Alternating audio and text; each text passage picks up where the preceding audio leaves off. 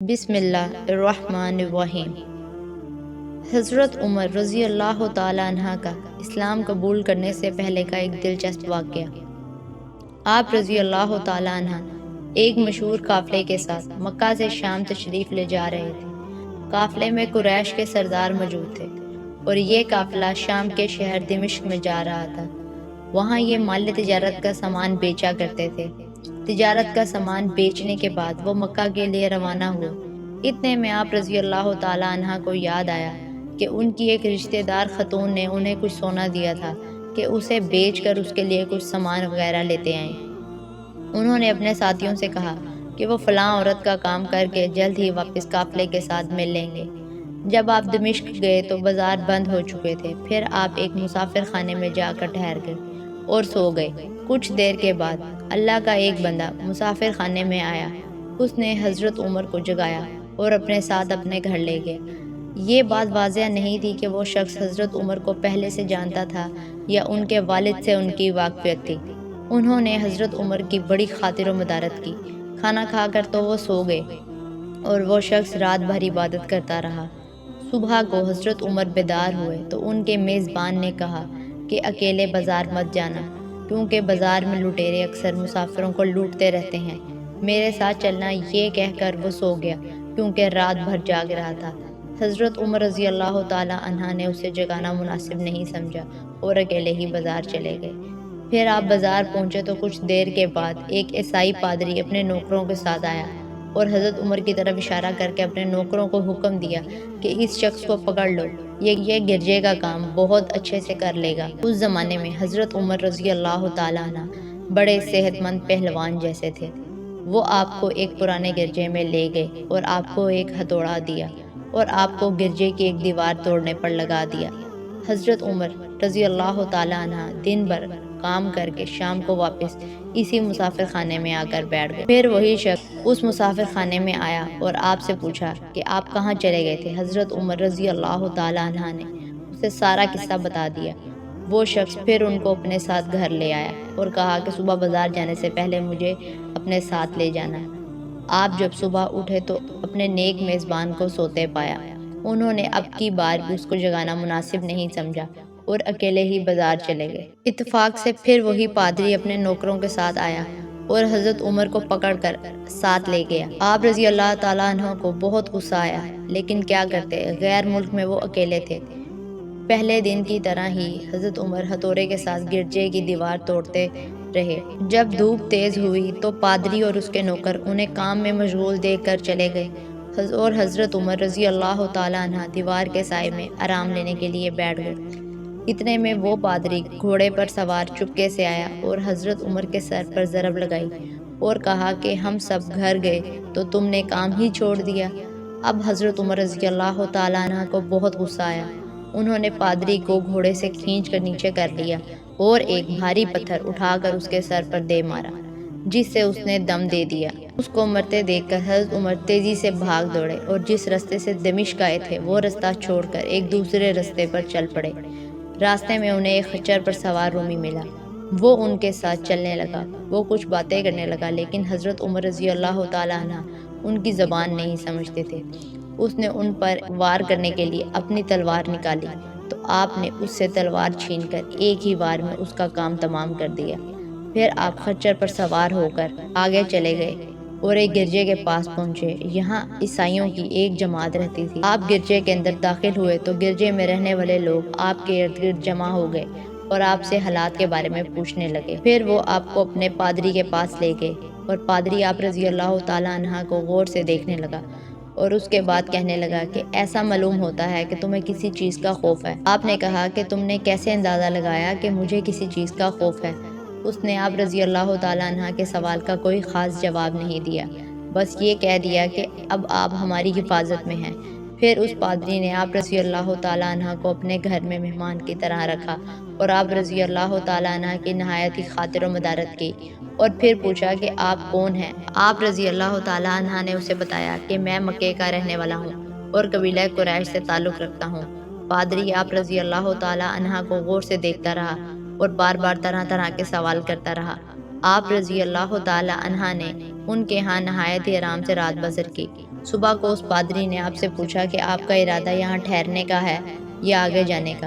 آپ رضی اللہ تعالیٰ عنہ نے کہا کہ اب میں آپ سے رخصت ہونا چاہوں گا۔ یہ سن کر پادری نے اپنا ایک شاندار گدھا جو بڑا خوبصورت اور نہایت ہی تیز رفتار تھا اپنے نوکر سے کہہ کر منگوایا اور اس گدھے کی پیٹھ پر کھانے کی مزیدار چیزیں اور قیمتی تحفے رکھ دیے، اور پھر کہنے لگا کہ آپ اس گدھے پر سوار ہو جائیں اور راستے میں آپ کا گزر کسی عیسائی کے مکان کے پاس سے ہوگا تو وہ آپ کو اس گدھے پر سوار دیکھ کر آپ کی بے حد تعظیم کرے گا اور آپ کی خاطر و مدارت میں کوئی کسر نہیں چھوڑے گا۔ پادری نے کہا، آپ کا تعلق ایک معزز قوم سے ہے، میری آپ سے ایک درخواست ہے۔ آپ رضی اللہ تعالی عنہ نے کہا، جی بیان کریں۔ اس نے بڑے یقین بڑے لہجے میں کہا کہ سنیں، میں ایک ایسا آدمی ہوں جسے اللہ نے آسمانی کتابوں کا علم دیا ہے۔ میں نے آپ کی ذات میں بہت سی ایسی نشانیاں دیکھی ہیں جو یہ ظاہر کرتی ہیں کہ جب ایک مقررہ مدت پوری ہو جائے گی تو حالات میں زبردست تبدیلی آئے گی۔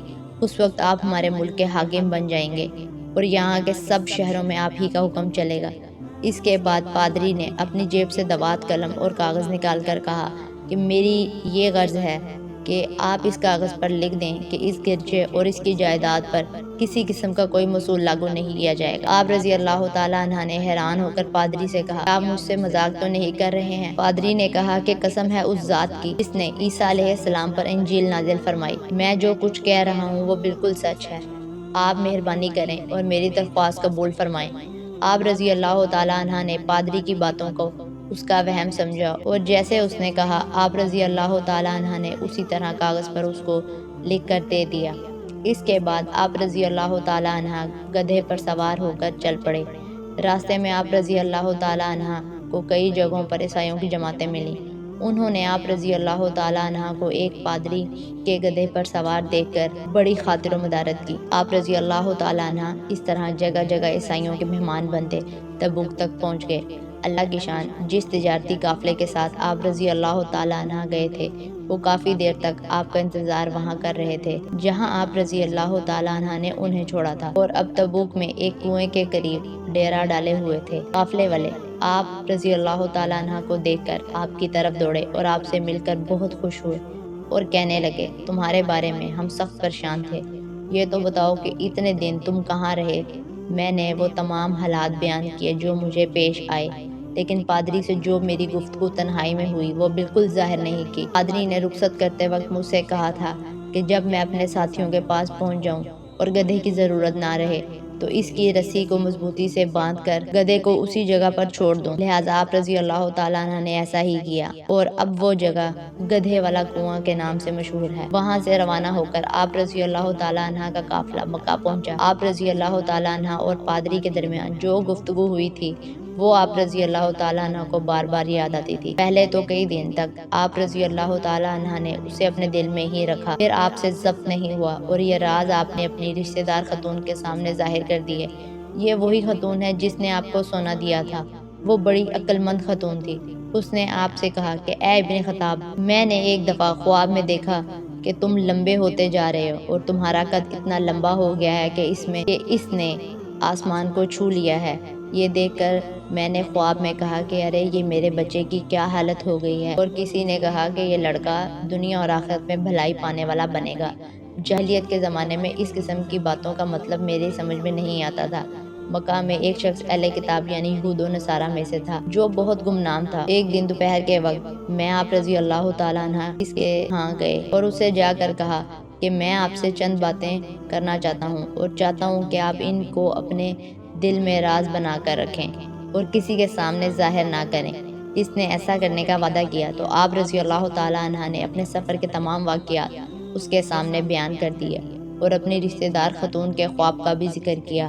جب آپ رضی اللہ تعالیٰ عنہ اپنی گفتگو ختم کر چکے تو اس نے کہا کہ جس کو تم نے محصول کی معافی کا وعدہ لکھ کر دیا ہے وہ اس زمانے میں عیسائیوں کا سب سے بڑا عالم ہوگا۔ جو کچھ اس نے کہا وہ سب سچ ہے اور جلد ہی وہ سچ تمہارے سامنے آ جائے گا۔ جہاں تک تمہاری رشتہ دار خاتون کے خواب کا تعلق ہے تو اسے یہ ظاہر ہوتا ہے کہ مکے میں ایک بہت بڑا انقلاب آئے گا، زمانہ ایک نئی صورت اختیار کرے گا اور آنے والے زمانے کے آسمان اور زمین بدل جائیں گے۔ آپ رضی اللہ تعالیٰ عنہ وہاں سے گھر آ گئے اور اس کی ساری باتیں اپنے دل میں لیے رہے۔ تھوڑے ہی عرصے کے بعد قریش کی مجلسوں میں آپ صلی اللہ علیہ وآلہ وسلم کا ذکر ہونے لگا۔ یہ لوگ اس بات پر چڑھتے تھے کہ محمد صلی اللہ علیہ وآلہ وسلم اپنے آپ کو اللہ کا رسول کہتے ہیں، لوگوں کو بتوں کی پوجا کرنے سے منع کرتے ہیں اور ایک اللہ کو ماننے پر زور دیتے ہیں۔ جلد ہی اللہ تعالیٰ نے اسلام کو ظاہر کر دیا اور آپ رضی اللہ تعالیٰ عنہ کو یقین ہو گیا کہ حالات وہی صورت اختیار کر رہے ہیں جس کی طرف آسمانی کتابوں کے عالم شام کے پادری نے اشارہ کیا تھا۔ اور نبوت کے چھٹے سال حضرت عمر رضی اللہ تعالیٰ عنہ نے اسلام قبول کر لیا اور رسول اللہ صلی اللہ علیہ وسلم کے جانثار ساتھی بن گئے۔ 11 ہجری میں آپ صلی اللہ علیہ وسلم نے اس دنیا سے پردہ فرمایا تو حضرت ابو بکر مسلمانوں کے پہلے خلیفہ بنے اور 13 ہجری میں انہوں نے وفات پائی تو حضرت عمر خلیفہ بنے۔ ان کے سفر نامے کی روایت کرنے والے راوی کا بیان ہے کہ حضرت عمر فاروق اپنی خلافت کے زمانے میں شام تشریف لے گئے تھے تو ایک بہت بوڑھا آدمی جس کے بال برف کی طرح سفید ہو چکے تھے عیسائیوں کی ایک جماعت کے ساتھ ان کی خدمت میں حاضر ہوا اور عرض کیا، اے امیر المومنین، کیا آپ مجھے جانتے ہیں؟ حضرت عمر رضی اللہ تعالیٰ عنہ نے فرمایا کہ اگر آپ شام کے فلاں نگر کے پادری ہیں تو میں آپ کو پہچانتا ہوں۔ اس نے کہا، جی ہاں، میں وہی پادری ہوں۔ حضرت عمر رضی اللہ تعالیٰ عنہ نے فرمایا کہ میں نے آپ سے لکھ کر جو عہد کیا تھا وہ آج بھی قائم ہے۔ اللہ تعالیٰ نے اپنے رسول صلی اللہ علیہ وسلم کے ذریعے ہمیں عزت بخشی، انہوں نے ہمیں اللہ تعالیٰ کی پسندیدہ دین اسلام کی طرف دعوت دی اور ہم نے یہ قبول کی۔